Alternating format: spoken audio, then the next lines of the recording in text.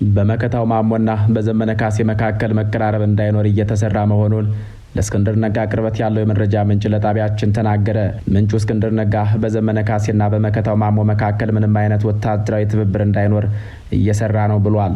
እስክንድር ነጋን ማስታወሻ የማንበብ ዕድል አጋጥሞኛል የሚለው ምንጩ የዘመነ ካሴ ፋኖ ጠንካራ ሆኖ እንዳይወጣ በተለይ የጎንደርና የሸዋ ፋኖዎችን የኃይል ሚዛን ማዛባት ይገባል ሲል ከትቧል ብሏል። ከአሁን ቀደም አሜሪካ ያሉ ወዳጆቹ ለዘመነ ካሴ ሰዎች ገንዘብ ከፍለው ነው እስክንድር ነጋ ከጎጃም ከነነፍሱ እንዲወጣ የተደረገው የሚል መረጃ ማጋራታችን የሚታወስ ነው። ይህች አጭር ቀጭን ግን ገላጭ አንቀጽ ለጠቅላይ ሚኒስትር አብይ አህመድ ቅርብ ከሆኑ አንድ ሚኒስትር ሰነድ ውስጥ እየተገኘች መሆኗም በወቅቱ ተዘግቧል። የበራፍ ቲቪ ዝግጅት ክፍል መረጃውን እውነት ብሎ ከማራገቡ በፊት ውሸት ነው ብሎም ከመጣሉ በፊት ከፍተኛ የተባለ ፍተሻዎችን ማድረጉን ማስታወስ ያስፈልጋል። ክቡራን ተከታታዮች ዛሬ የምናቆያችሁ በጎጃምና ሸዋ በዘመነ ካሴና እስክንድር ነጋ በአማራ ብሔርተኞችና ኢትዮጵያኒስት በሚባሉ ልሂቃኖች አካባቢ ነው። ከወራት በፊት ለሜጫው ሰው ዘመነ ካሴ የሚቀርብ አንድ ወጣት እስክንድር ነጋን ጎጃምን ትቶ ወደ ሸዋ የተሻገረበትን አካሄድ ከቻይና ኮሚኒስት ፓርቲ ታጋዮች የረጅም የእግር ጉዞ ወይም በእንግሊዝኛ አግባብነቱ ሎንግ ማርች ከሚባለው አጋጣሚ ጋር አመሳስሎ ገልጾታል። በዚያ ሰሞን የእስክንድር ከጎጃም ወደ ሸዋ ጉዞ እንደ አንድ የፋኖ ተልእኮ እንጂ እንደ ስደትና ሞትን እንደ መሸሽ ተደርጎ አልታሰበም ነበር። እንዲያውም ጉዞው በውብ ቃላት ከመገለጹ የተነሳ ቀጭኑ ሰው እስክንድር ነጋ ከጎጃም ደጋዳሞት ተነስቶ በሞጣ ላይ አልፎ ቀራኒዮን አቋርጦ አባይን በመርጦ ለማርያም በኩል ተሻግሮት በሸዋ ገደላማ ቀይ የመመሸጉ ውብ የጀብደኝነት ልብ ወለድ ይመስል እንደነበር የሚታወስ ነው።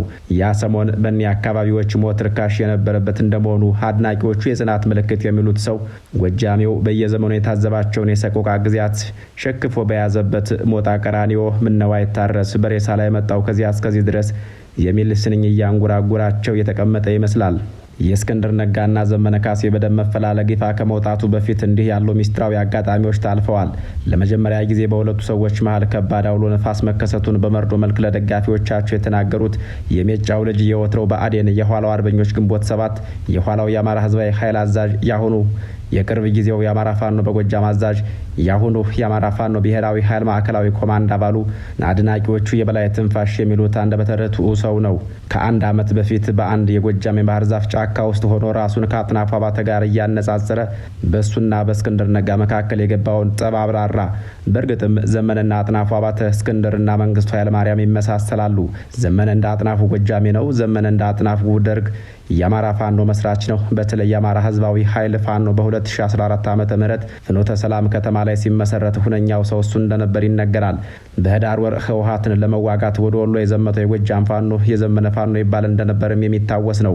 በተመሳሳይ መልኩ ሻለቃ አጥናፉ አባተ ደርጉን ከያለበት ሰብስቦ ኢትዮጵያን ለአብዮት ያበቃ ጎጃሜ ተብሎ ይወደሳል።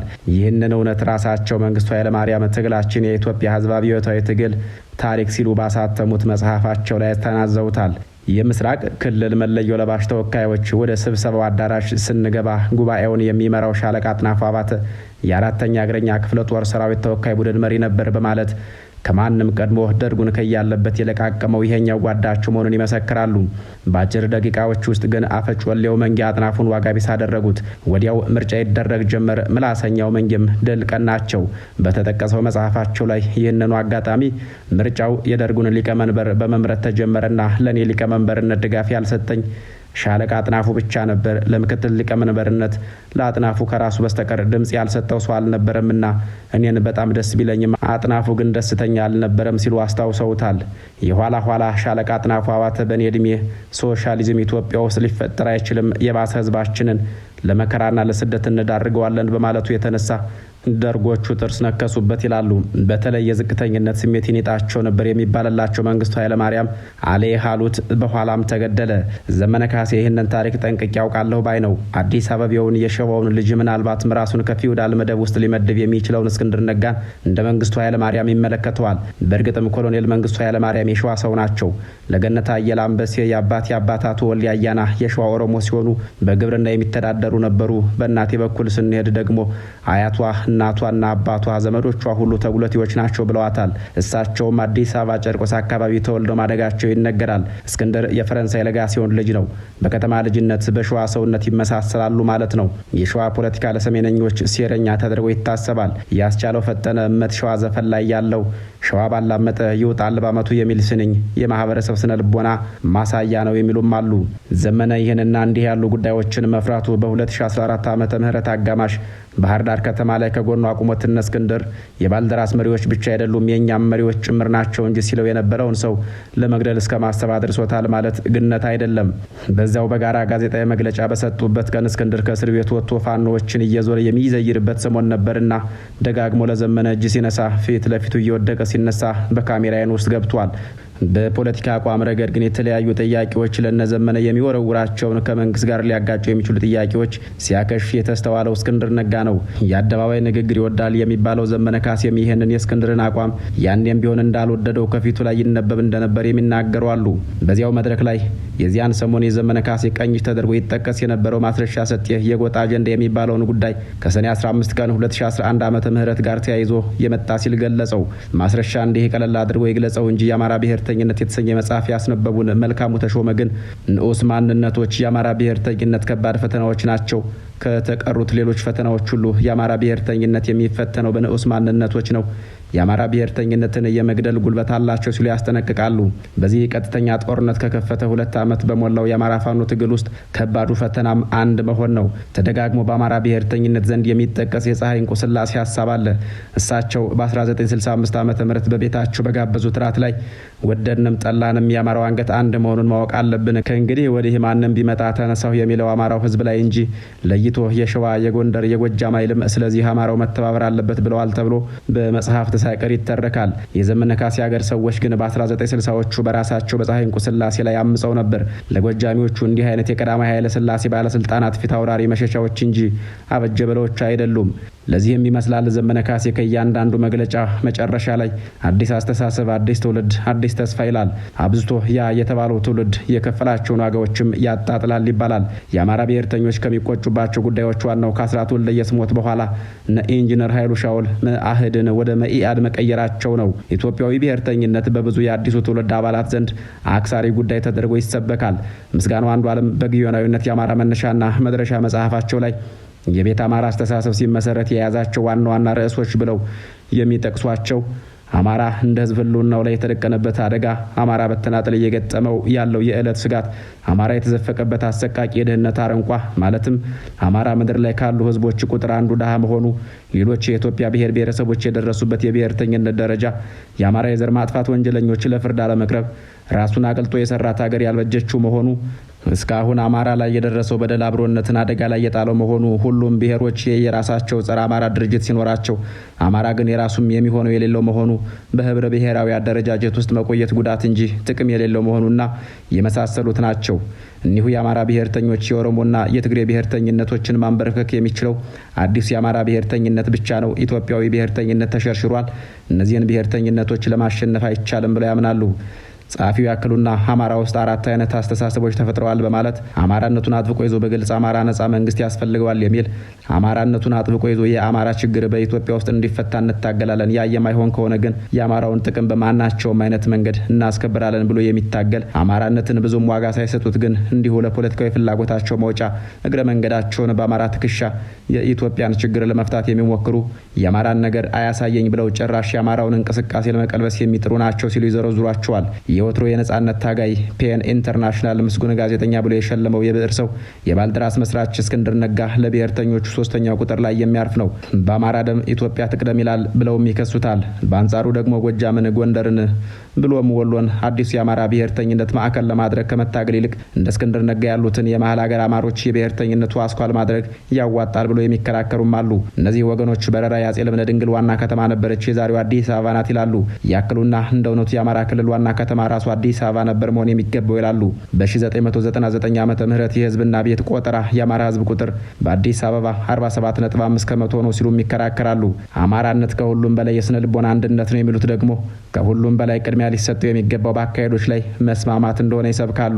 ብሔርተኝነት ቀናተኛ ነው ብለው የሚፈርጁት በአንጻሩ ወላ ዘመነ፣ እስክንድር መከታው፣ መሳፍንት ተስፉ፣ ምሬ ወዳጆ ከዚያም በታች እነ ዝናቡ ልንገርህና የመሳሰሉት በመቶዎች የሚቆጠሩ የአማራ ብሔርተኝነት አመራሮች ሳይተላለቁ ለድል መብቃት አይታሰብም ባይ ናቸው። እኒህ ወገኖች የብሔርተኝነት መጨረሻው ብሔርተኝነት ብቻ ነው የሚል ጥቅስ አላቸው። ምሳሌ አድርገው በህወሓት ቤት ከ3 ጊዜ በላይ ያጋጠመውን መከፋፈልና የፈጀውን የታጋይ ቁጥር ይዘረዝራሉ። ሙሴ ስሁል፣ ሀየለው ማርያ የተባሉ የተደነቁ የህወሓት ሰዎች እንዲህ ባለ ጣጣ እንደተቀጠፉ የሚያምኑ ተጋሮችም አሉ። የሙሴ ገድል ተራሮችን ያንቀጠቀጠ ትውልድ ገጽ 2 ላይ በተስፋዬ ገብረአብ የተጻፈ ውብ ትረካ ነው። ተስፋዬ በገጽ 110 የህወሓት ነባር መሪዎች ሙሴ ይህን ፍሽፍሽ ሰለባ ሆኗል ብለው ነው የሚያምኑት ይላል። መነሻችን ላይ በጠቅላይ ሚኒስትር አብይ አህመድ ጥልቅ ፍተሻ እንዲደረጉ የተፈቀደላቸው የቅርባቸው ሰው ያሰባሰቡትን ልዩ ነገር ደግመን እናስታውሳችሁ። አሜሪካ ያሉ ወዳጆቹ ለዘመነ ካሴ ሰዎች ገንዘብ ከፍለው ነው እስክንድር ነጋ ከጎጃም ከነነፍሱ እንዲወጣ የተደረገው።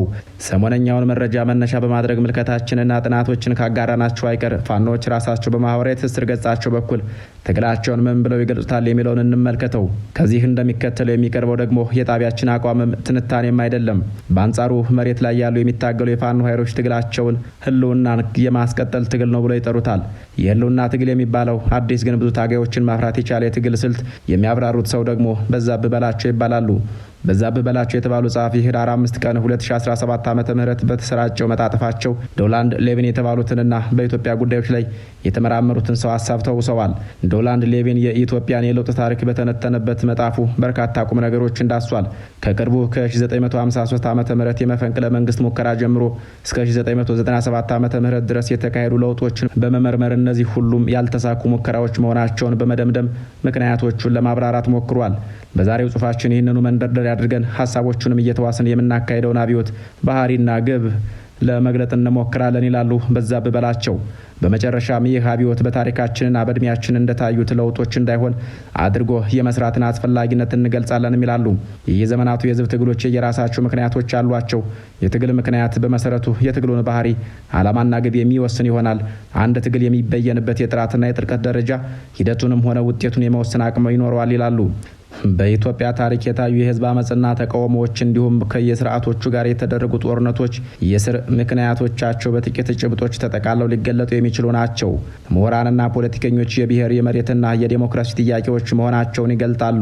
በጥያቄዎቹ አረዳድና በትግሎቹ አተናተን ላይ በጥንቃቄ መታየት ያለባቸው ጉዳዮች እንደተጠበቁ ሆኖ እነዚህ ጉዳዮች የዘመናቱን ነባር ስርዓቶች የናዱ አመጽና ተቃውሞዎች እንዲሁም ጦርነቶችን የወለዱ እንደሆኑ የሚያከራክር አይደለም። በዚህ ረገድ የአማራ ህዝብ ያለው የትግል ታሪክ ምን እንደሚመስል በዝርዝር መተንተንና ጠቃሚ ትምህርት መውሰድ ተገቢ ይሆናል። ይሁን እንጂ በዛሬው ጽሑፋችን በቀጥታ የእስከዛሬዎቹ የትግል ሂደቶች የተስተጓጎሉበትን ምክንያቶች ወደ መመልከት የሚሸጋገር ነው። የችግሩ ትንተና ችግሩ ቀዳሚ ለውጦችን መቀልበስ ወይም መጠለፍ ምክንያት ነው። የበደሉን አይነትና መጠን በትክክለኛ አፈጣጠሩ ያለመረዳት ሌሎች ስህተቶችንም የሚወልድ ነው። የትግል ስልቱም ሆነ ዓላማና ግቡ የሚቀዳው ከችግሩ ትንተና ነው። በመሆኑም ችግሩን በመለየት ረገድ የሚሰራ ስህተት መፍትሄውን በማበጀት ላይ ቀጥተኛና የማይመለጥ ስህተት ያሰራል። ከዚህ አንጻር የለውጥ እንቅስቃሴዎች የችግሩን አይነተኛ ተፈጥሮን የመለየት መሰረታዊ ክፍተት ነበረባቸው።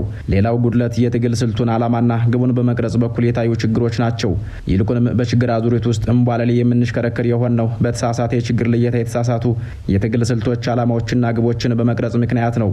በየትግሎቹ ፍጻሜ ከትግሎቹ በፊት የነበረውን ነባር ስርዓት በሚያስናፍቁ አረመኔ አገዛዞች መዳፍ የምንገኝ ሆነን የዘለቅንበት ምክንያት ከድል በኋላ ስለሚበጀው ስርዓት ምንነት በቅጡ የሚወሰን ኤሊት ታጋይ ባለመኖሩ ምክንያት ነው። ጠላትን ድል ማድረግ በራሱ ግብ ሳይሆን ወደ ግብ የመሄጃ መንገድ ብቻ ነው። ግቡ የህዝብን መብትና ጥቅም፣ እኩልነትና የማያቋርጥ እድገት የሚያረጋግጥ ስርዓት መትከልና መገንባት መሆን አለበት። ከነዚህ ሁሉ የሚበልጠው ዋናው የለውጦቻችን መጨንገፍ ምክንያት ግን መጠለፍ ነው። ውድ ዋጋ የተከፈለባቸው የህዝባችን ትግሎች በየቀኑ መጨረሻ በደራሽ ጩሉሌዎችና በመሰሪያ አድፋጭ እየተጠለፉ ሌላ ዙር ትግል መቀስቀስ አስቸጋሪ እስኪሆን ድረስ አደገኛ የአገዛዝ ስርዓትን የሚዘረጉ ሆነው ዘልቀዋል። በአሁኑ ጊዜ በማካሄድ ላይ የምንገኘው አብዮት ከነዚህ የትግል ታሪካችን ንድፎች መጠበቅ ፍጹም አስፈላጊ ይሆናል። በመሆኑም በችግር ልየታችን፣ በመፍትሄ ንድፋችንና በትግል ስልታችን እንዲሁም በድል ማግስት ስለምንተክለውና ስለምንገነባው ስርዓት ያለን ዝግጁነት በተመጠነ አኳኋን ለመግለጽ እንሞክራለን። የአማራ ህዝብ የገጠመው ችግር የህልውና አደጋ ነው የምንለው በእርግጥም በተጨባጭ የመጥፋት አደጋ የተጋረጠበት ህዝብ በመሆኑ ነው። የአማራ ህዝብ በየቀኑ ድሮን የሚያዘንብበት፣ ሙሉ ጦሩን ያዘመተበት፣ በተገኘበት ሁሉ የሚገደል፣ የሚሰወር፣ የሚታገትና በጅምላ የሚታሰር በግዳጅ አፈሳም ወደ ጦርነት የሚማገድ ከመሆኑም በላይ ማንነቱ፣ ባህሉና ወጉ እንዲሁም የፖለቲካ አስተሳሰቡ ወንጀል የተደረገበትና የተነወረበት ሆኗል። አብይ አህመድ አሊ አስቀድሞ የነበረውን መዋቅራዊና ስርዓታዊ በደል በአይነትም በመጠንም አሳድጎት የህልውና አደጋ አድርጎታል። በመሆኑም የአማራ ህዝብ ተጨባጭነት ባለው የመጥፋት አደጋ ውስጥ የሚገኝ ነው። የህልውና አደጋን በማናቸውም የህግ፣ የታሪክ፣ የነባራዊ ሁኔታ፣ የሞራል ወይም የፍልስፍና ተጠየቆች ብንመዝነው የአማራ ህዝብ በህልውና አደጋ ውስጥ መገኘቱ እርግጥ ነው። እውነቱ ይህ ቢሆንም የመጥፋት አደጋ ሲባል እያንዳንዱ አማራ ተገድሎ ማለቅ የሚመስላቸው ጥቂት የዋሆችና ጉዳዩን በማምታታት የገጠመንን ችግር በትክክለኛ አፈጣጥሩ ከመለየትና ለማናጠብ የሚተጉ ጥቂት ያልሆኑ አቃቂር አውጭ መሰሪዎችም አሉ። የገጠመን ችግር በመሰረቱ የህልውና አደጋ ነው። ይህ ማለት ሌሎች ችግሮች የሉብንም ማለትም አይደለም። በመግደል ወንጀል የምትፋረደውን ወንጀለኛ በጥፊ በመምታት አትከሰውም እንደማለት ነው። የተቀሩት ሌሎች በደሎች ሁሉ ከህልውና አደጋ ያነሱ በደሎች በመሆናቸው የትግላችን ዋና ጉዳይ ህልውናችን ማስቀጠል ነው ማለት ነው። የአማራ ህዝብ ህልውናውን በአስተማማኝ መልኩና በቋሚነት የሚረጋገጥበት ስርዓትና መዋቅር ሲተክል ሌሎች የፖለቲካና የኢኮኖሚ ጥያቄዎችም የሚፈቱ እንደሆነ ግንዛቤ ይያዝበታል። በትግል ታሪክ ውስጥ የህልውናን አደጋ የሚያህል ፍጹም ቅቡልነት ያለው የትግል ምክንያት የለም። የእኛም ትግል አይነተኛው መንስኤ የህልውና አደጋ በመሆኑ ይህንኑ አደጋ የመመከትና የመቀልበስ ትግላችን ተፈጥሮና ቅቡል አድርጎታል። የትግል ስልታችን የትጥቅ ትግል መሆኑ ከሌሎች ሁኔታዎች በላይ አገዛዙ የሰላማዊ ትግልን የማይቻል ከማድረጉ የሚነሳ ነው። በሰላማዊ ጥያቄዎችና አቤቱታዎች ላይ ያሳየው ንቀትና ማላገጥ ሰላማዊ የትግል አማራጮችን የማይቻል አድርጎታል። በዚህ ላይ የተረጋገጠው አደጋ የህልውና አደጋ መሆኑ ደግሞ የትጥቅ ትግልን ወልዷል። ይህ ተፈጥሯዊ ነው። ከትግል ስልቱም አንጻር ጥቂት መሰሪዎች በሰላማዊ ትግል ስልት አስፈላጊነትና አዋጭነት አስታከው የመረጥነውን የትግል ስልት ጥያቄ ውስጥ ለማስገባት ይሞክራሉ። ይህ ፊት ለፊት ከተደቀነው ደረቅ እውነት ጋር የሚያጋጫቸውም የሚጋጭም ነው። አገዛዙ ለሰላማዊ ትግል የሚሆን ተፈጥሮ የሌለውና ለሰላማዊ ትግል የማይቻል መደረጉ ያለቀለት ስምምነት እየተያዘበት ጉዳይ ነው። በመሆኑም ትግላችን የሚከተለው የትግል ስልት ተገቢም አስፈላጊም መሆኑ ደግሞ የተረጋገጠ ነው። የትግላችን ዓላማና ግብ በተመለከተ ራሱን ችሎ በዝርዝር መብራራት ያለበት ቢሆንም በአጭሩ ግን የአማራን ህዝብ ለማጥፋት የታወጀውን ጦርነት በመመከትና በመቀልበስ መልሶ ማጥቃት አገዛዙን የማስወገድ ዓላማ ያለው ሲሆን ግቡ ደግሞ የአማራን ህዝብ ህልውናው በመጠበቅ መብቶቹና ጥቅሞቹ የተከበረበት ስርዓት ማቆም ነው ሊባል ይችላል። የትግላችን ምክንያቶችና ስልቶች ዓላማና ግብ በተመለከተም በጥራትና በጥልቀት ተተንትኖ እየተወሰነ መሆኑ ግን ለምናካሄደው አብዮት ውጤታማነት ዋስትና አይሆንም። ከትግል ጠላፊዎች ነቅተን እየጠበቅንና የምንጠብቀው መሆኑን ማረጋገጥ ያስፈልጋል። ይህንኑ ጉዳይ ለማብራራት እንድንችል የትግላችንን መፈክር እናስታውስ። አዲስ ትውልድ፣ አዲስ አስተሳሰብ፣ አዲስ ተስፋ። የትግላችን ጉዳዮች የተጠቀለለበት አኮፋዳችን ነው። ተራ የቃላት ድርድር አይደለም። የምናካሄደው አብዮት ነው፣ ማሻሻያ አይደለም። አብዮትነቱ በይዘቱም በቅርጽም ነው። በተለይም ከአማራ ህዝብ አንጻር የህልውና አደጋ ያመጣብንን ስርዓት መዋቅር እንዲሁም አገዛዝና ለእነዚህ ሁሉ ምንጭ የሆነውን አስተሳሰብ ሙሉ በሙሉ በማስወገድ ተልእኮ ያለው በመሆኑ ማሻሻያ ለውጥ ሊሆን ፈጽሞ አይችልም። ይህ አብዮት ነው። አብዮትነቱ አማራን ጠላት አድርጎ ከፈረጀው ያረጀ ፖለቲካና ከያ ትውልድ የፖለቲካ አድፍ የማጥራትን በመሆኑ ያስተሳሰብ ብቻ ሳይሆን የትውልድም ነው። ትግላችን ከትናንትና የዞረውን አማራ ጠል ስርዓትና ሐሳብ የማስወገድ ብቻ ሳይሆን ወደ ማያቋርጥ እድገት የሚወስደንን ስርዓት የመትከልና የመገንባትም ህልም ነው። በዚህ የተነሳ አዲስ ትውልድ፣ አዲስ አስተሳሰብ፣ አዲስ ተስፋ ከፍ ሲል የተዘረዘሩትን የትግላችንን ምንነቶች የተተነተነባቸው ምክንያቶች፣ ስልቶችን፣ ዓላማና ግባችን ጠቅልሎ የሚይዝ ቃል ኪዳናችንም ጭምር ነው። ይህ ትግል እንዳይጠለፍ የምናደርገው ትግል ነውና የቱንም ያህል ውድ ዋጋ ይከፈልበታል። የኢትዮጵያዊነት ካባ ደርቦ የሚዞረንን ጆፌም ሆነ በመላ ኢትዮጵያ የበተንኩት ሀብት አለ የሚልን አድርባይና ተላላኪ ወይም ህዝባችን በሌሎች ክልሎች አለ የሚል ጠላት የሰጠው እንዳረጎት እንደ እውነተኛ ድርሻው የተቀበለ ተንበርካኪ ያለ ምህረት እንታገለዋለን።